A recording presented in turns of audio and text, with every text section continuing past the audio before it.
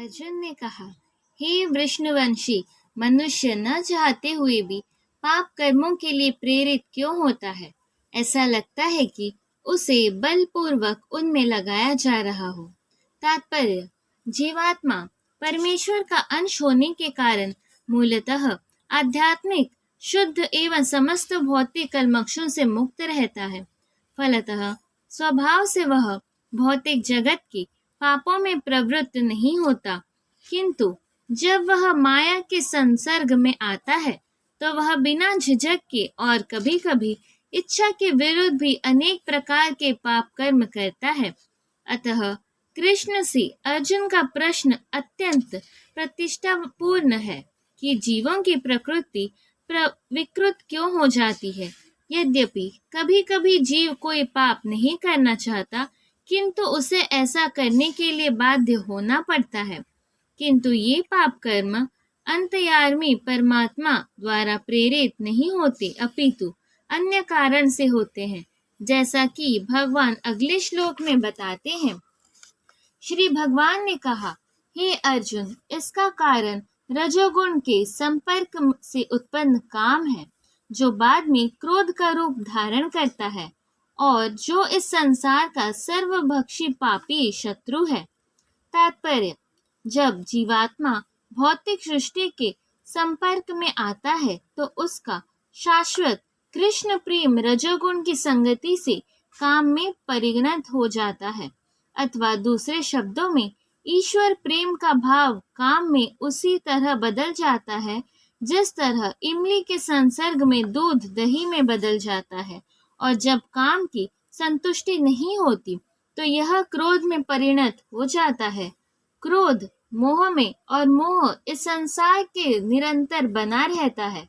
अतः जीवात्मा का सबसे बड़ा शत्रु काम है और यह काम ही है जो विशुद्ध जीवात्मा को इस संसार में फंसे रहने के लिए प्रेरित करता है। क्रोध तमोगुण का प्राकट्य है। ये गुण अपने आप को क्रोध तथा अन्य रूपों में प्रकट करते हैं। अतः यदि रहने तथा कार्य करने की विधियों द्वारा रजोगुण को तमोगुण में न गिरने देकर सतोगुण तक ऊपर उठाया जाए तो मनुष्य को क्रोध में पतित होने से आध्यात्मिक आसक्ति के द्वारा बचाया जा सकता है। अपने नित्य वर्धमान चिदानंद के लिए भगवान ने अपने आप को अनेक रूपों में विस्तारित कर लिया और जीवात्माएं उनके इन चिदानंद के ही अंश हैं।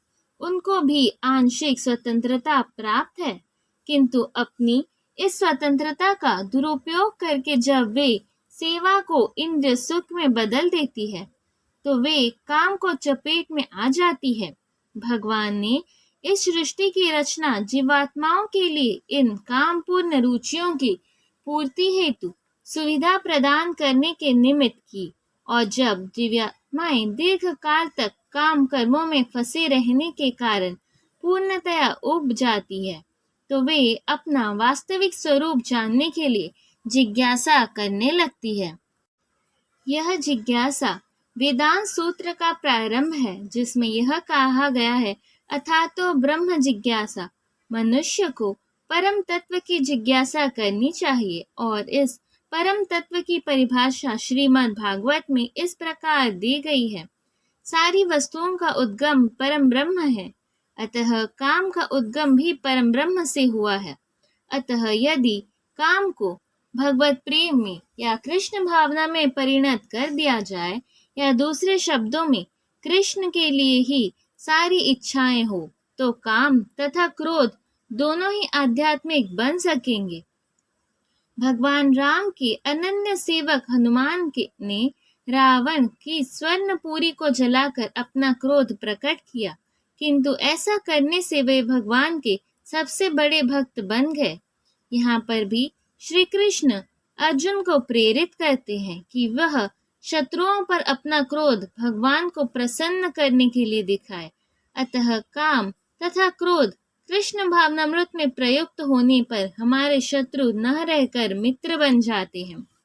जिस प्रकार अग्नि धुएं से, दर्पण धूल से अथवा भ्रूण गर्भाशय से आवृत होता रहता है, उसी प्रकार जीवात्मा इस काम की विभिन्न मात्राओं से आवृत्त रहता है।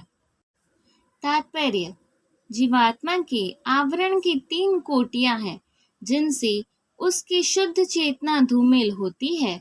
यह आवरण काम ही है जो विभिन्न स्वरूपों में होता है, यथा अग्नि में धुआं, दर्पण पर धूल तथा भ्रूण पर गर्भाशय। जब काम की उपमा ध्रुम से दी जाती है तो यह समझना चाहिए कि जीवित स्फुलिंग की अग्नि कुछ कुछ अनुभवगमय है। दूसरे शब्दों में, जब जीवात्मा अपने कृष्ण भावनामृत को कुछ कुछ प्रकट करता है तो उसकी उपमा धुएं से आवृत अग्नि से दी जा सकती है।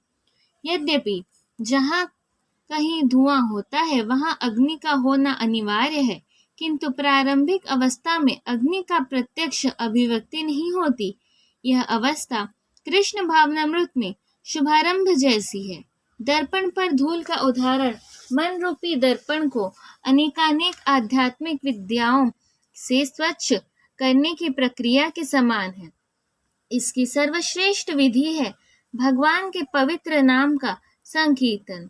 गर्भाशय द्वारा आवृत भ्रूण का दृष्टांत असहाय अवस्था में दिया गया है, क्योंकि गर्भस्थित शिशु इधर उधर हिलने के लिए भी स्वतंत्र नहीं रहता। जीवन की यह अवस्था वृक्षों के समान है। वृक्ष भी जीवात्माएं हैं, किंतु उनमें काम की प्रबलता को देखते हुए उन्हें ऐसी योनि मिली है कि वे प्रायः चेतना शून्य होते हैं। ध्रुमिल दर्पण पशु पक्षियों के समान है और ध्रुम से आवृत अग्नि मनुष्य के समान है।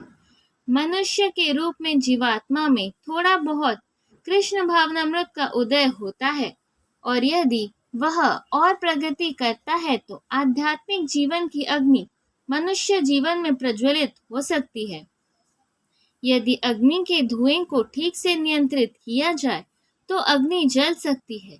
अतः यह मनुष्य जीवन जीवात्मा के लिए ऐसा सुअवसर है जिससे वह संसार के बंधन से छूट सकता है।